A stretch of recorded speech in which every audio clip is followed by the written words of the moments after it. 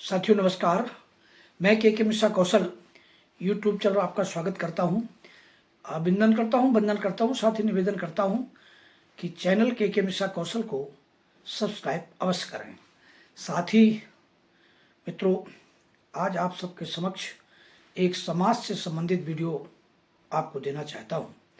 आशा करता हूं कि इस वीडियो को आप शुरू से अंत तक देखेंगे, लाइक, शेयर और कमेंट जरूर करेंगे। और पहले भी कहा, फिर कह रहा हूं, बार बार कहता हूं कि अगर अब तक आपने चैनल के मिश्रा कौशल को सब्सक्राइब नहीं किया है तो सब्सक्राइब अवश्य कर दें। मित्रों, आज मैं बात कर रहा हूं अपने समाज में व्याप्त एक बहुत ही परेशानी वाला, सबक देने वाला शब्द है दहेज। दहेज प्रथा। दहेज को हम प्रथा कहें, कुप्रथा कहें या एक व्यवस्था कहें जो हम सबको परेशान करती है। ये दहेज रूपी दानों हम सबको निश्चित तौर पर एक बहुत ही गर्त में लेके जा रहा है। हम देखते हैं कि इसका बहुत सारे नवयुवक आज की तारीख में विरोध करने का मन बना रहे हैं या वो करना भी चाहते हैं, लेकिन कहीं न कहीं उनकी अपनी पारिवारिक मजबूरियां या उनकी सामाजिक सोच वो आड़े आ जाती है कि नहीं, मैं तो ऐसा नहीं कर सकता। लेकिन जिन्होंने बीड़ा ये उठा लिया है या जो ये बीड़ा उठा चुके हैं कि नहीं मैं शादी करूंगा तो सिर्फ 1 रुपए में या सिर्फ दहेज रहित ही शादी करूंगा, तो शायद समाज में कुछ परिवर्तन आ जाए। लेकिन इस पर बहुत चिंतन करना होगा, बहुत मंथन करना होगा, बहुत सोच समझ कर विचार करना होगा और निर्णय लेना ही पड़ेगा। जैसा कि मैंने अभी हाल ही में print media, electronic media, social media से मैं जुड़ा रहता हूँ। मैंने पढ़ा और सुना और देखा भी। मैंने एक दिन देखा कि एक बहुत ही पढ़ा लिखा युवक, बहुत ही अच्छी सर्विस वाला व्यक्ति मात्र 1 रुपए में शादी कर रहा है।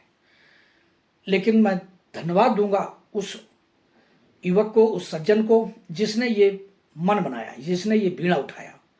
निश्चित तौर पर समाज और परिवार के लोगों ने उसको तकलीफ दी होगी, परेशान किया होगा, सोचने में मजबूर किया होगा, उसको विचार करने में, उसके निर्णय लेने में निश्चित रुकावट बने होंगे। लेकिन उसका निर्णय अडिग था और उसने ऐसा करके दिखाया। एक और मेरे पास रिकॉर्ड था, एक दिन मैं और देख रहा था, जिस पर एक जो कार्यक्रम, संस्कार होते हैं वो चल रहे थे और दहेज की प्रथा की व्यवस्था पूरी की जा रही थी। उस पर दहेज में बहुत सारी जो रकम, जिसको तमाम नामों से जाना जाता है, वो दिए जा रहे थे। वो तिलक या बरीक्षा या वो शादी की कोई रस्म जो भी हो, मैं देख रहा था।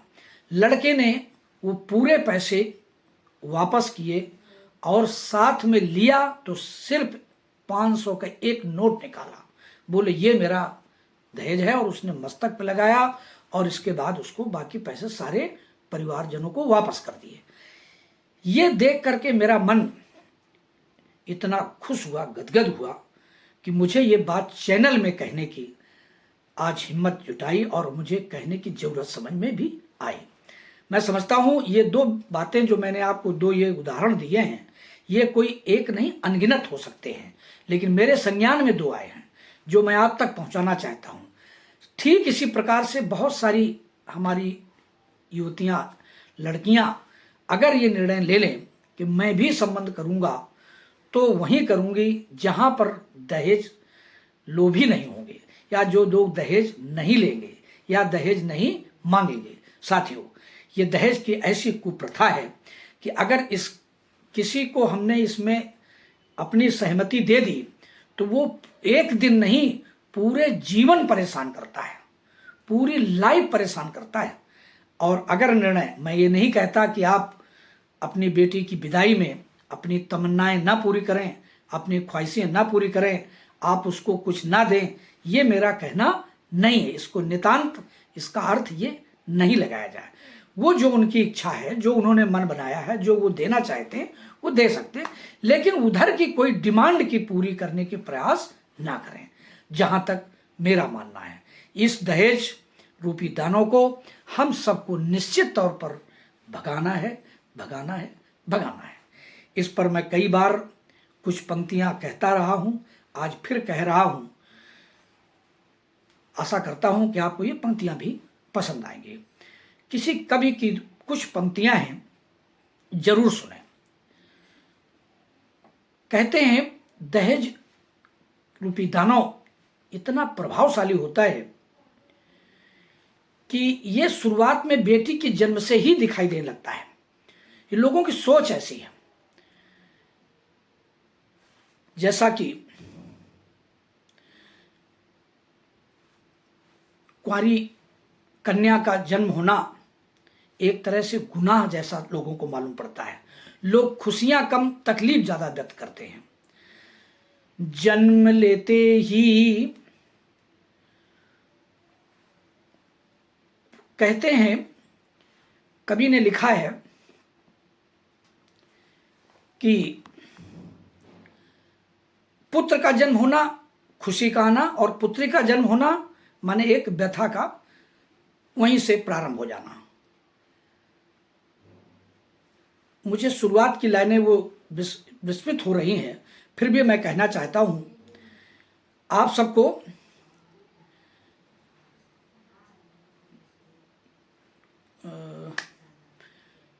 मित्रों माफ करिएगा, मैं वो लाइनें ना कह करके यही कहना चाहता हूं कि मुझे इस दहेज रूपी दानों को खत्म करना है, खत्म करना है और खत्म करना है। वीडियो बड़ा हो जाएगा,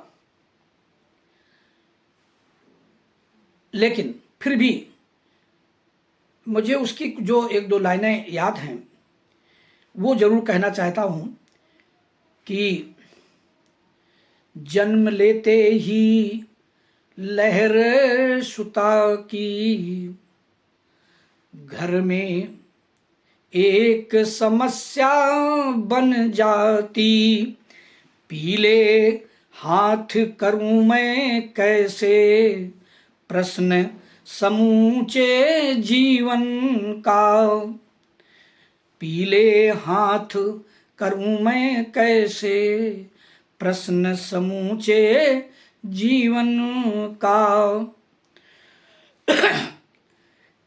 किंतु ये बात सत्य है कि पूरे जीवन हम किसी को डोर सौंपने जा रहे हैं तो वहां पर मुझे लगता है कुछ देना चाहिए, लेकिन जब हम दहेज नहीं देंगे तो लोग इस पर आपके साथ खड़े होंगे, लेकिन बहुत कम लोग।